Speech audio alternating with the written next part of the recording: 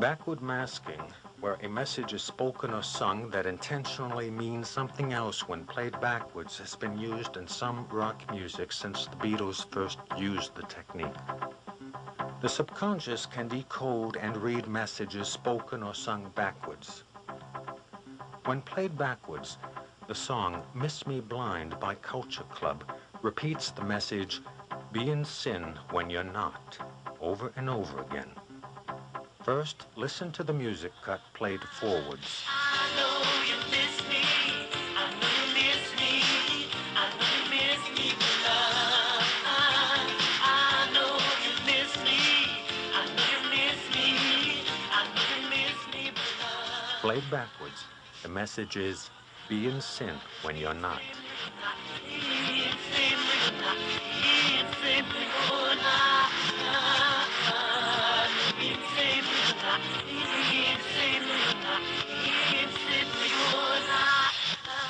The use of backward masking may be far more extensive than anyone suspects.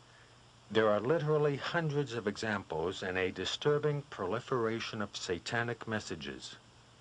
For example, from the album "Raising Hell" by Run DMC, listen to the music cut played forwards.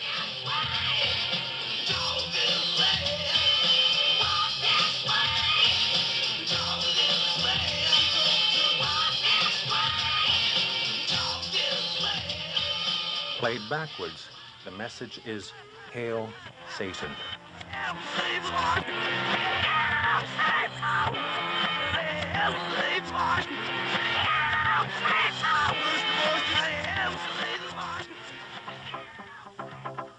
It is important to note that the lyrics of many rock songs are not clearly distinguishable consciously. When you do not hear the message clearly, you cannot make the conscious choice to accept or reject it. When you cannot make that choice, or when that choice is taken away from you, the message is programmed to your subconscious without your being aware of it. The repeating beat of the music is a distraction for the conscious mind to lock onto in order to stop conscious thinking, thus causing the hypnotic state of mind, a state of mind that is similar to daydreaming. Repetition of the message constitutes mental programming. In time, the effects of this kind of programming will appear. These effects can be physical, psychological, and emotional. No!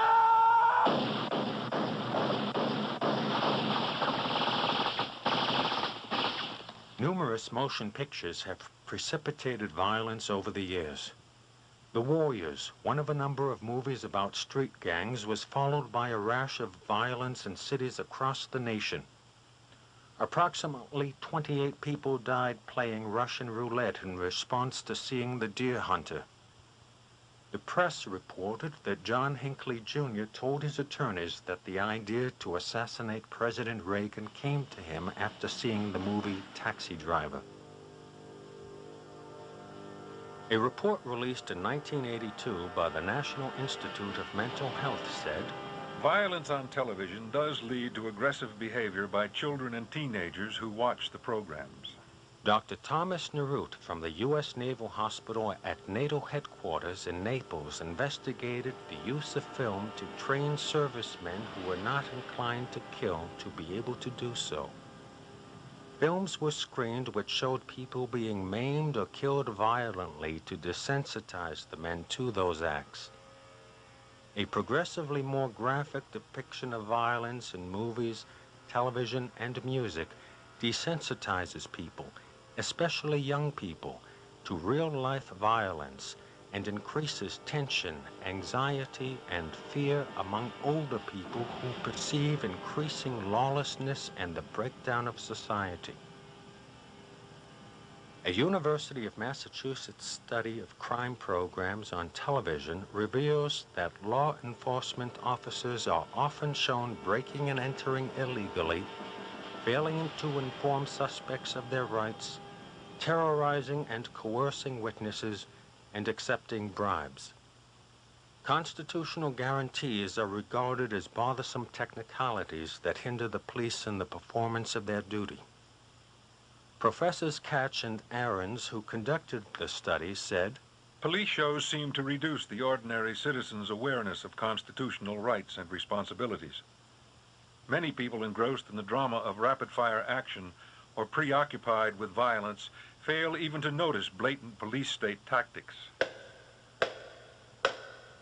The Supreme Court has consistently expanded police powers and governmental authority while curtailing individual rights, thus enacting into law principles much like those presented on TV crime programming. The relationship between the increase in crime and the decrease in individual rights is a classic example of the Hegelian principle of bringing about change in a three-step process. The first step is to create a problem. The problem in this case is the increase in crime brought about in part by mass media programming of criminal behavior, making violence an acceptable means of problem solving, especially among young people. The second step is to create opposition to the problem. In other words, create anxiety and fear in the public so that people demand that something be done about it. The third step is to offer the solution to the problem that may entail a restriction of individual rights or some other predetermined goal, thus bringing about change that would have been impossible to impose on people without proper psychological conditioning. By causing emotional stress and mental confusion, judgment is impaired and suggestibility increased. Under these conditions, people allow their rights to be diminished without realizing its ramifications.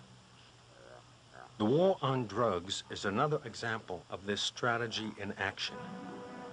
In 1936, a movie used hypnotic suggestion to give the audience instructions to do something.